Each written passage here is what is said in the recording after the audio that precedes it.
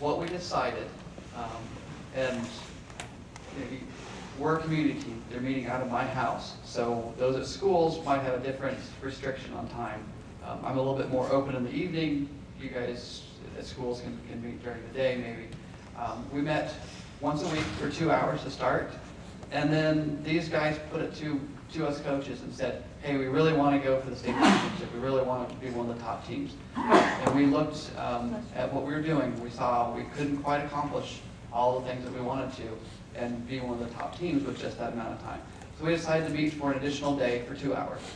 And then the kids also asked, we want to meet for a little bit longer on a Friday. Can we come in? And so I just gave them an unstructured hour before our meeting. So we were meeting there for 5 hours a week from maybe the end of September on. So up until then it was just about 2 hours. We made that decision after the kickoff, so there's still plenty of time to be successful. Good point, good point. Anything else? Yes. How long do you take to prepare the boards, or did you do it long in advance? So the boards, you do have to have everything organized in such a way. We did have to take things on and off, so it may help to have just things placed on the boards. But these do take a lot of time to do because you want to get it to look nice. Some people do it handwritten, and that's perfectly fine. And the judges can really see that, though. They see the kids actually did it. Now you can't tell if I did it or if somebody else did it. They just kind of cut it out. But it's really clear as to what everything looks like. And so what we would do is we would lay it out and then make adjustments to it and see what worked. Because you know that you need to have a robot board to go in. You need to have a project board to go in, and you need to have a core value board to go into your presentation. And at the same time, we said, let's do a team board. So we kind of highlighted everything that we did for the season on that one team board. And that was kind of our board that could stay in the pits and be there for when we were off somewhere else. It's a lot of work. You get a couple of kids in a die cut machine, so they would come up with the blurbs, we'd print them out, they'd cut them, and we could paste them real easy. That's going to be the crunch time right before your tournament. So you're going to be preparing for the tournament, getting those kids their final speeches done. You just have to balance your time, I think. The more time you put into this, the more, like they were saying, you can point to it and show the judges, here's what we did for this, here's what we did for that. And we knew that we were going to have these boards in the beginning, so we always made sure that when we were bringing our robots to class that we had from home, we always had a camera and we took pictures of all the advancements and how we moved forward and all the ideas we had. So we always take pictures. Did you rehearse your presentation? Did you rehearse your presentation? Too many times. We rehearsed, 3 to 4 times every meeting when the skit was finished, right? Pretty much every day until the state tournament, so we rehearsed a lot. Because you got to make sure that's nice and clean and there's no hiccups. So what would you say in terms of time between robot game and the rest of the preparation? Well, what we did is we worked on the presentation during the, we rehearsed the presentation near the end of the meeting. We spent about 15 to 20 minutes just rehearsing the project. And then we also had a little mini question and answer session with some people to try to think of some of the questions that might come up during the judging session. And then a lot of the time we would go home from, like the time at class would be for the robot, and then we'd go home and we'd work on research for the project at home throughout the season, and then we'd email that back and forth throughout the team. My question is actually for you. Okay. Did you have a hard time or any challenges motivating them to continually rehearse after they felt like, we already got this, we don't need to keep rehearsing? I don't know. I think that's a good question for the team as well. Did I have a hard time motivating them? I would say yes, because as coaches, you know, you're going to be aware of, they all want to play with the robot, and they all want to do the robot sometimes. So sometimes they feel like, yes, they do know the skit, and they know it backwards and forwards. Okay, guys, you can skip it today, we'll try it next week, and they don't know it. And so then they get back to it and rehearse it, and sometimes, you know, it comes off better than others, and sometimes some kids will remember it and some kids don't, and then they pick up the cues and they keep learning. But yes, it was a challenge to get them to keep rehearsing it. It wasn't necessarily the most fun thing to rehearse something just to rehearse it. They wanted to do something new. So, good question. Anything else? Yes. How did you keep everybody involved in all aspects of the project, both project and robot and core values, presentations, everything? Okay, so how did we get everybody to do everything during the season, pretty much? Okay, you want to pass it down?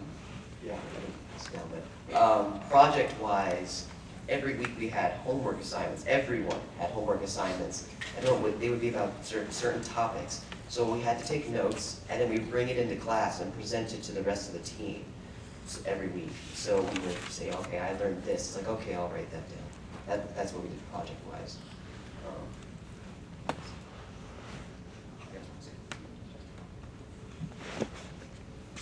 With the robot, we split into subgroups and did different missions. So everyone got to do the robot.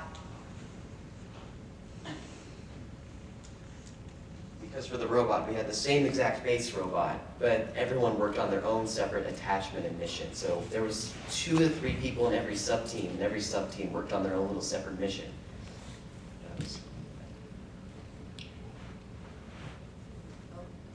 So as a coach, what I did was I made sure to assign kids, and you can tell which kids are older here and which kids may have more understanding. And I would pair those for our first 2 years. Everybody was basically learning something. And then what I did was I took 3 of my older kids and I said, you guys aren't really doing anything this year. You guys are going to be mentors for the rest of the team. And so Timothy and Nathan and another boy, David, they would do different things to kind of facilitate. They were more facilitators. They had learned FLL. Now I wanted to teach them how to be teachers. And that's a great part of this program is that they can get to be this age and they can get to be where they can teach. So you'd have Nathan sitting there with Jeremy and trying to getting a third mission, and no, we can't quite do it that way. Well, what else can you think of? And it's really neat to see them evolve through the program.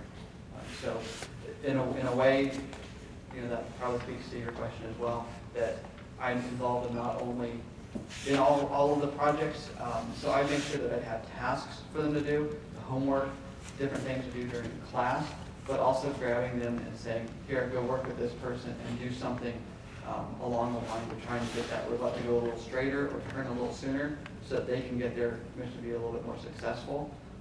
And that way they're getting to be a teacher as well. Yes? Would you recommend actually having, because being a rookie team, would you recommend to split, to work on an individual mission, or have the whole team work on one mission or 2 missions? Because the number of missions that are available could be overwhelming, and you don't want to try to go too crazy, but at the same time you want to make sure everybody has fun. Right. So how do you get your team to,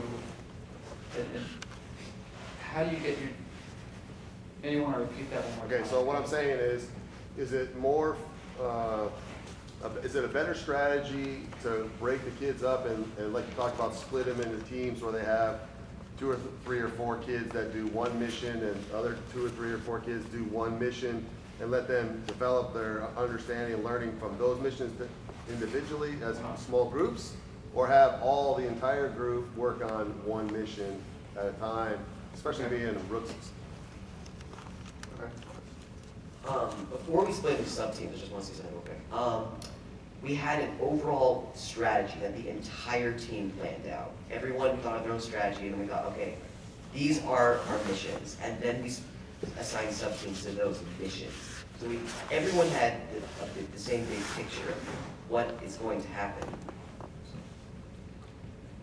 And then you can probably say that, so we developed our overall strategy, where we were going to go with our robot, what missions we were going to try to accomplish.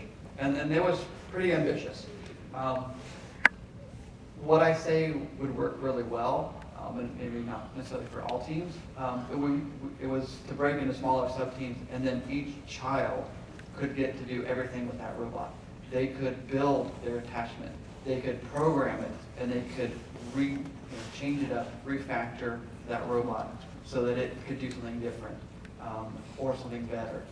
So I say the sub-teams probably work better, but maybe not necessarily in all situations. It really depends on the kids in the situation, I would think.